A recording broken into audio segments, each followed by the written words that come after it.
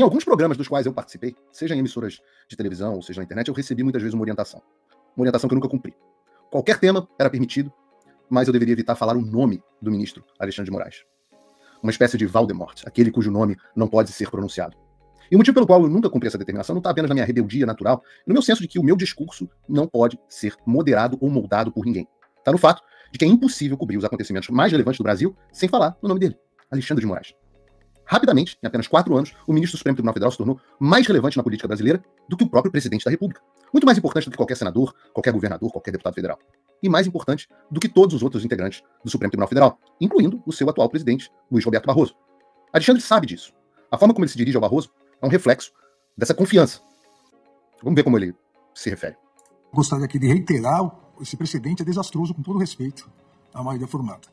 O Supremo, por maioria, entendeu que houve desrespeito à soberania popular, que houve desrespeito ao sistema representativo, e como lembrou o ministro Flávio Dino, nós vamos manter 7 deputados federais que não foram eleitos. Eles não foram eleitos. Nós foram eleitos pela regra que estava em vigor quando teve a eleição. Perdão, presidente. Perdão, presidente. Eu estou falando aqui. Nós todos aqui, por maioria, o plenário, decidiu que eles não foram eleitos. Quando eles foram eleitos, estava em vigor essa regra. Alexandre de Moraes está discutindo com o Barroso agora sobre a cassação do mandato de atuais 7 deputados federais. A única coisa... Está retroagindo.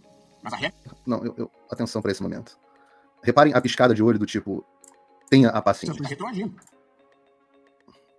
Sim, eu tenho que lhe ouvir. Mas a regra que vigorava na época era essa.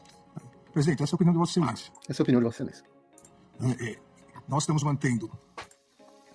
Essa é a sua opinião de Vossa Excelência. Não há uma figura no cenário político que ache hoje que Alexandre de Moraes é menos importante do que o presidente do Supremo Tribunal Federal. Não há hoje uma figura no cenário político que ache que Lula é mais importante do que Alexandre. É por isso que eu gasto muito pouco tempo noticiando Lula e muito tempo noticiando Alexandre. Digam-me vocês, no chat, uma pauta importante envolvendo Lula nos últimos tempos. Vocês vão ter dificuldade. Os próprios eleitores do Lula, sejam eles quantos forem, têm dificuldades. Como, aliás, mostrou um levantamento recente de que qualquer um deles tem dificuldade de nominar coisas importantes que o atual chefe do Poder Executivo tenha feito. No caso do Alexandre, todos os dias nós temos novos assuntos. Hoje mesmo, ele mandou para a prisão 3 empresários que supostamente financiaram as pessoas que estavam acampadas na frente do QG do Exército. Caso tenham feito, caso esses empresários tenham financiado essas pessoas, não há crime algum. Mas isso não importa mais. Prisões arbitrárias, buscas e apreensões são rotinas. Na terça-feira, nós falamos sobre o jornalista português Sérgio Tavares, detido a mando do Alexandre no aeroporto de Guarulhos por uma polícia federal tão subalterna que sequer sabia o que fazer antes de consultar quem? O próprio Alexandre. Não havia ordem de prisão, apenas uma detenção para achaque moral de jornalista. Eu me identifico com isso. Envergonhada, a Polícia Federal arrumou uma desculpa falsa para justificar o ato tirânico e acabou colocando os pés pelas mãos. Faça o tal do triplo C. Curta, comenta e compartilhe. Você pode fazer essas 3 coisas que ajudam o algoritmo a aparecer. Mas eu não tô brincando não, pessoal. Dá uma paradinha agora de 1 segundo e clica no joinha. É importante que você faça isso. Porque se você não fizer, inclusive atrapalha o vídeo. Parece que o vídeo é menos relevante. Eu quero pegar um vídeo da Globo News. E eu digo a vocês que o Paulo Vieira Show é um programa para maiores de idade, para pessoas que não se importam com cenas fortes. Eu vou mostrar aqui. Peço licença a vocês que eu vou mostrar um vídeo da Globo News. Pode ser que eu mostre mais de um vídeo da Globo News. Eu sempre digo a vocês que o Ministério da Saúde adverte que você assistir, está exposto ali a um vídeo da Globo News, é mais ou menos como se você estivesse exposto ali ao reator de Chernobyl. Né? Então pode fazer mal à sua saúde, se protejam, etc. Mas eu vou ter que colocar aqui na tela para a gente conversar sobre o Moraes, a decisão do Alexandre de Moraes de ter basicamente fechado o Congresso brasileiro. Na prática, Alexandre de Moraes fechou o Congresso brasileiro e a gente vai falar um pouco sobre isso. Vamos ver o que a Daniela Lima, aquela que a rainha da barriga, eu não digo nem pela pança dela, eu digo que a barriga é o termo que a gente usa no jornalismo quando alguém dá uma notícia falsa por engano, tipo quando alguém diz que um laptop da BIM foi apreendido na casa do Carlos Bolsonaro, quando alguém diz que o Bolsonaro fugiu de barco com uma busca e apreensão da PF, não disse barriga. Então não estou chamando a Daniela Lima de barriguda, não. Alexandre de Moraes, que se dedicou no ano passado, no ano anterior, a formular uma proposta que foi entregue por ele em mãos. Estou com o meu computador aqui, porque a pessoa é míope, Brasil. Vamos... Ele é míope. O importante da história, dessa parte da história é a seguinte. Repare, o projeto de lei que foi entregue ao Congresso foi entregue pelo Alexandre de Moraes. Não foi o presidente que enviou um projeto de lei ao Congresso, não, foi o Poder Judiciário. Então, quando você fala de ativismo judicial, é importante dizer, ativismo judicial, é sobre isso que a gente está falando. Sobre um judiciário que resolve tomar posições políticas. Facilitar a vida da cegueta, não peguei dessa vez o meu celular. Bom, o ministro Alexandre de Moraes entregou em mãos ao Congresso, salvo engano, foi em 2000... Entregou em mãos ao Congresso, etc, etc. Eu vou continuar aqui. Quando mantém conteúdo, sabidamente, de discurso de ódio, de propagação nazista. Repara que colocado na mesma balança, né? Discurso sabidamente de ódio, sabidamente por quem, né? E propagação nazista. Quem foi a pessoa que vocês já viram na direita ou em qualquer lugar fazendo propagação nazista. Eu me lembro de 2 casos aqui de pessoas que foram acusadas de propagação de discurso nazista. Um é o Felipe Martins, de quem nós vamos falar por aqui, porque ele fez um gesto aqui, alguma coisa assim, não me lembro qual é o gesto, não sei nem quais são os gestos que são proibidos hoje em dia, mas ele fez o tal do gesto e acusaram ele de supremacista branco, nazista, alguma coisa do tipo. Ele que acho que tem, inclusive, ascendência judaica, alguma coisa do tipo. No final das contas, ele acabou absolvido nesse caso. O outro foi o pobre do Monark, que disse que, na opinião dele, poderia haver um partido nazista, como poderia haver um partido comunista, o que é a posição de todos os libertários do mundo, e a lei vigente nos Estados Unidos, inclusive existe partido nazista dentro dos Estados Unidos, e ele foi chamado de nazista por conta disso. Mas repare, são discursos sabidamente de ódio e nazistas, na mesma categoria. Isso é uma técnica de construção, quando você coloca um do lado do outro, é para você colocar equivalência entre o que eu digo aqui, que é chamado de discurso de ódio, e nazistas. É uma técnica de manipulação mental, travestida de jornalismo. Não sei se faz, eu não acho que ela seja inteligente o suficiente para fazer isso de forma intencional, eu acho que é um cacuete, o professor Olavo de Carvalho falava muito disso, que muitas das coisas são absorvidas como cacuetes, não é isso? E por aqui vamos continuar. De fake news. Pois muito bem, o Congresso engavetou por muitos motivos, inclusive pela pressão das Big Techs. O Congresso não engavetou. O projeto está, como tantos outros projetos, pendentes para ser votado pelo Congresso. E por que ele está pendente para ser votado pelo Congresso? Porque o presidente da Câmara, Arthur Lira, percebeu que não havia quórum para aprovação, que o projeto seria rejeitado. Então, o presidente Arthur Lira mantém esse projeto ali, sempre ameaçando os parlamentares. Eu digo isso para vocês porque eu converso com muitos parlamentares. Sempre ameaçando os parlamentares brasileiros, ela está se referindo ao 2630 aqui no caso, sempre ameaçando os parlamentares brasileiros de que, caso eles façam alguma coisa, ele vai botar o 2630 para votar. E por que essa é uma ameaça tão relevante? Porque este projeto é simplesmente o projeto que decreta a morte das redes sociais no Brasil. A gente contou aqui ontem que o TSE faria essa regulamentação. Ela disse antes que o TSE, alguém deve ter dito do TSE, eu fico feliz que ainda o jornalista ainda possa noticiar informações privilegiadas, porque no meu caso, aparentemente, eu não poderia. E ela está lá, com apenas 2 palavrinhas diferentes. Ipsis literis, o que o TSE, o que o ministro Alexandre de Moraes entregou ao Congresso e que o Congresso não conseguiu fazer. Reparem o que ela está falando. Olha a gravidade do que essa moça está dizendo, com esse sorriso no rosto. Reparem, o que ela está dizendo, e é por isso que eu peguei um trecho da imprensa aqui, porque eu faço questão de mostrar a imprensa serviçal, ela está com um sorriso no rosto, dizendo o seguinte: o que o Alexandre de Moraes não conseguiu fazer pelo Congresso, que é a via da democracia, ele mudou 2 palavrinhas e transformou, praticamente, num decreto do Tribunal Superior Eleitoral. Ipsis literis foi aprovado ontem pelo TSE com a diferença de 2 palavrinhas. Período eleitoral. Período eleitoral. Lembrando, vamos ter que voltar no tempo, vamos a Carmen Lúcia, que disse que a suspensão que estava acontecendo naquele momento do Brasil, dos direitos que permitia ao TSE de ofício, sem provocação, lembrando, o Poder Judiciário só pode agir se for provocado, o TSE sem provocação poderia determinar o bloqueio e derrubada de redes sociais, a Carmen Lúcia disse que era só um pouquinho. Roberto Jefferson disse como é que essas moças que reagem a esse tipo de coisa daquela maneira podem ser consideradas. Acabou preso por conta de um vídeo que fez.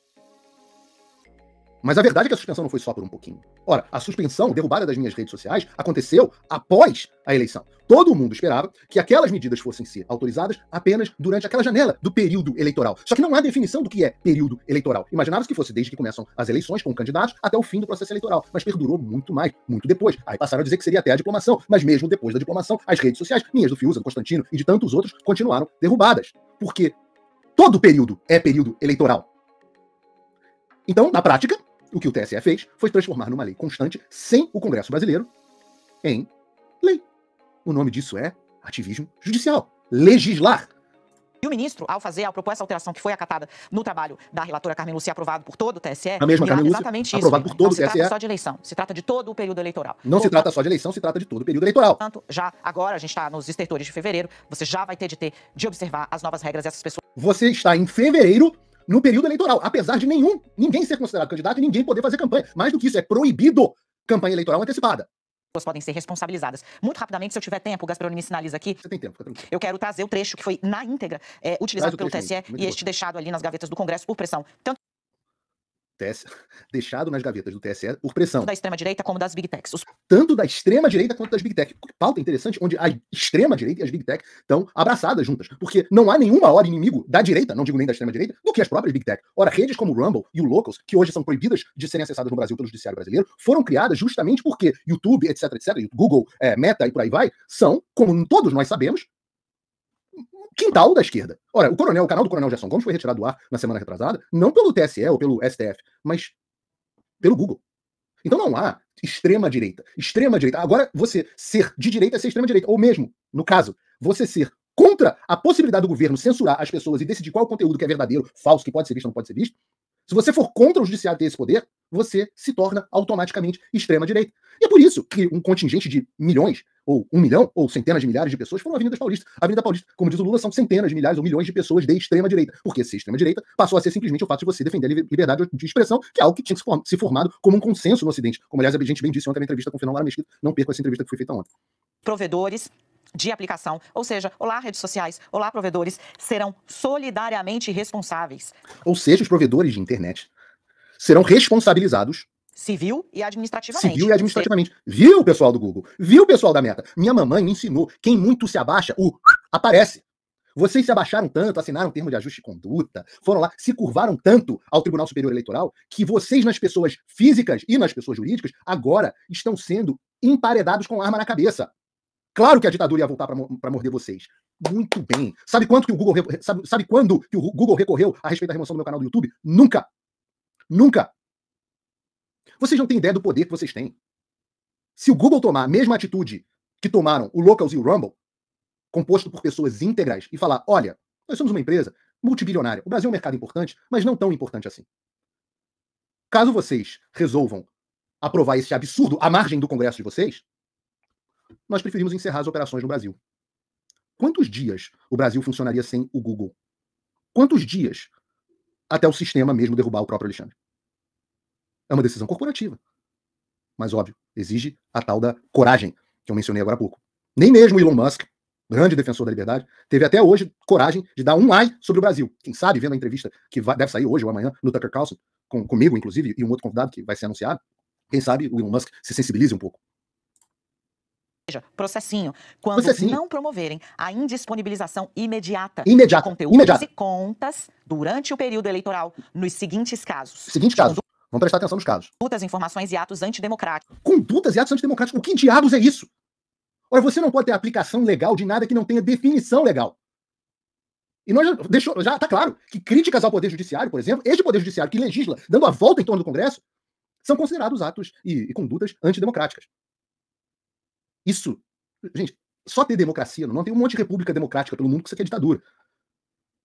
Elas restringem conteúdo justamente porque dizem que é uma propaganda contra as instituições do país, etc, etc. Os cubanos fazem isso o tempo inteiro. Divulgação ou compartilhamento de fatos sabidamente inverídicos. Sabidamente por quem? De grave ameaça direta e imediata de violência ou incitação à violência contra a integridade de servidores da justiça. Incitação à violência ou contra a integridade, é óbvio que isso deve ser proibido, mas isso já está previsto na lei. O Marco Civil da Internet já prevê isso. Não tem necessidade de uma legislação eleitoral. Eleitoral, Ministério Público Eleitoral ou a infraestrutura do Poder Judiciário, de comportamento ou discurso de ódio, inclusive... Comportamento ou discurso de ódio? O que significa comportamento ou discurso de ódio? O que significa comportamento ou discurso de ódio? Se houver uma definição legal, comportamento ou discurso de ódio é quando alguém fala o que eu não quero ouvir. Entendi. Promoção de racismo, homofobia, ideologia nazista, fascista ou... Quantas pessoas vocês viram em algum processo eleitoral defendendo racismo, fascismo, homofobia, ideologia nazista? Simplesmente não existe. Não há. Se houver, são 1 ou 2 ou 3 pessoas isoladas. Que é óbvio, volto a dizer, o Marco Civil da Internet já prevê a remoção desse tipo de conteúdo, desde que seja solicitado, ou seja, a justiça age de forma provocada, e haja remoção do conteúdo. Não precisa de resolução TSE. Contra uma pessoa. Mas na lei não tem negócio de discurso de ódio, informações sabidamente falsas, comportamentos antidemocráticos. Um grupo, mediante preconceito de raça, cor, origem, sexo, idade, quaisquer outras formas de discriminação, de divulgação ou compartilhamento de conteúdo fabricado ou manipulado, parcial ou integralmente, por meio das tecnologias digitais, incluindo inteligência artificial. O fetiche do Alexandre tem sido com inteligência artificial. Realmente, eu tô com ele no sentido de que é absolutamente assustador. Mas quando nós assistimos alguém que dá a volta no Congresso, é exatamente o que eu quero dizer com juristocracia.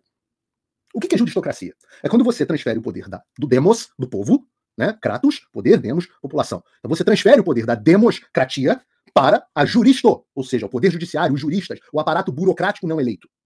E para que serve o Congresso? Aula básica de democracia e república. O Congresso serve para discutir, em nome da sociedade, aquilo que a sociedade inteira não pode discutir. Por isso ele vai para o parlamento, aqueles que parlam, aqueles que falam. Eles vão lá, discutem os temas, nossos representantes, nós escolhemos delegados ou deputados, a quem aqueles nós concedemos a nossa representação. Aqui nos Estados Unidos o nome é representante, representative, não é os congressistas que são chamados de representantes, para que eles façam uma discussão e cheguem ou não em um consenso. Eles cheguem ou não em um consenso.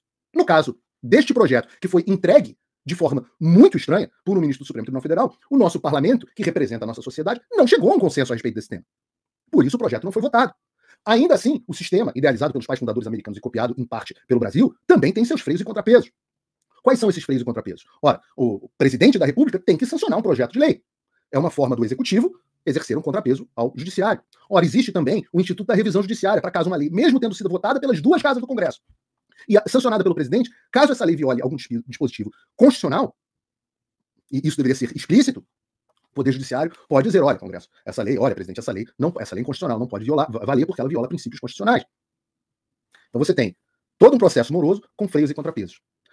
Quando este processo não funciona, ele acaba sendo, sob uma resposta entusiasmada da imprensa, representada aqui na figura dessa moça, ele acaba sendo transferido para o Poder do Judiciário. Então quem votou nesse projeto para fazer valer com a mesma força de lei? Alexandre de Moraes, sei lá quem, Carmen Lúcia, um monte de cara que você não elegeu. Um monte de cara que não te representa. Então o poder foi transferido do povo simplesmente para o Poder Judiciário. E não só para o Poder Judiciário, para um paratribunal do Poder Judiciário, que sequer está sujeito à própria revisão judicial, porque ele é a autoridade máxima em termos de legislação eleitoral. E aí, se eu critico isso, é discurso contra a democracia. Ora, isso é a subversão completa da democracia. Isso é a implementação de uma ditadura judicocrata. E eu tenho que dizer isso no ar. Não adianta, eu não vou falar isso. Eu vou fingir que isso não está acontecendo. Então agora é pressão da extrema-direita. Qualquer um que evite esse tipo de coisa passa a ser chamado de extrema-direita, de antidemocrático, de discurso de ódio. Ora, o meu discurso é o discurso do amor, queridos. O amor é devolver o poder ao parlamento, como foi idealizado pelas pessoas que inventaram esse negócio de república democrática. Agora, você imagina, se você é um bilionário globalista e você quer mudar alguma coisa, como, por exemplo, aprovar o aborto, ou criar um discurso monolítico na internet sem oposição, o que é mais fácil? Fazer o processo moroso do Congresso, tem o Lira tem que conversar com os presidentes de partido, os líderes, as bases, ano de eleição, então, está todo mundo preocupado na eleição municipal, então ele tem que pensar como que a população vai reagir àquele negócio. Aí você tem os senadores que estão todos com na mão, por conta da eleição daqui a pouco, que vai mudar 2/3 do Senado, aí tem que mandar, bom, eles têm o presidente, mas pode ter alguma... Olha esse inferno. Imagina. Basta o Alexandre propor dentro do tribunal, onde ele manda, e ele mostrou no vídeo anterior lá no outro tribunal como ele manda mais que o presidente, onde ele manda que vai ser aprovado. E ai daquele que falar algum ai na Avenida Paulista contra esse tipo de coisa, vai preso. O jornalista que falar contra esse tipo de coisa vai preso. Se estiver nos Estados Unidos vai ter passaporte cancelado, vai ter remoção de rede social. Não dá para aceitar esse tipo de coisa, vocês me desculpem. Eu morro antes de chamar esse troço de democracia. Eu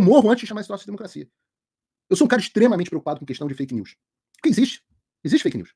Eu olho o WhatsApp do meu pai e falo assim, meu Deus, quem faz essas coisas? Quem é que... Eu não tinha senador americano já pousou. Vem uns canais de direita com milhões de acessos. Que os caras... De direita, né? Vou chamar aqui de direita. Um bando de mentiroso. Eu já contei pra vocês no ar, que tem influenciadores que propagam notícia falsa e eu pergunto, mas pô, você sabe que isso é mentira? E o cara fala.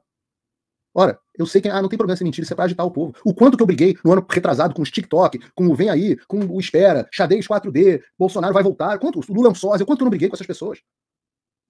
Mas o remédio pra fake news é real news.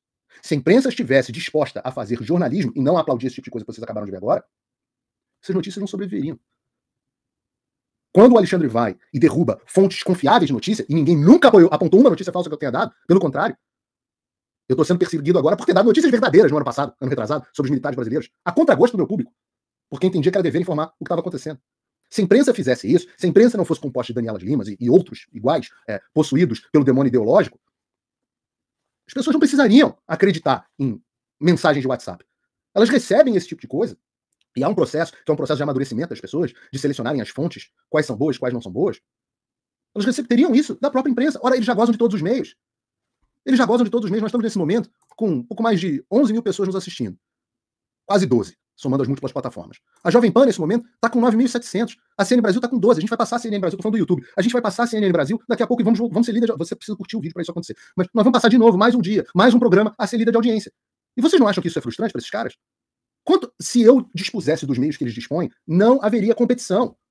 Quantas pessoas vocês acham que estariam assistindo o Paulo Figueiredo Show caso ele estivesse na grade da Jovem Pan? É um programa que só tem 2 dias por semana, às 3 horas da tarde, que é um horário ingrato, e ainda assim nós temos passado de centenas de milhares de visualizações. Peraí, desculpe interromper esse vídeo, mas é que eu continuo censurado pelo STF. Além deles cancelarem meu passaporte, congelarem todas as minhas contas bancárias e bloquearem as minhas redes, agora eles também querem proibir os meus vídeos no Brasil. Você pode continuar me acompanhando seguindo o meu segundo canal, que é o canal de cortes. Mas melhor ainda é se inscrever no meu canal do Rumble, que é o concorrente do YouTube, que não cumpre essa censura. E se quiser ter acesso a todas as minhas postagens para sempre, é se inscrever no meu Locals, que funciona de uma forma parecida com o Facebook ou o Twitter. Todos os links estão aqui na descrição. Entra lá, senão você vai ficar desinformado e aí eles vão vencer.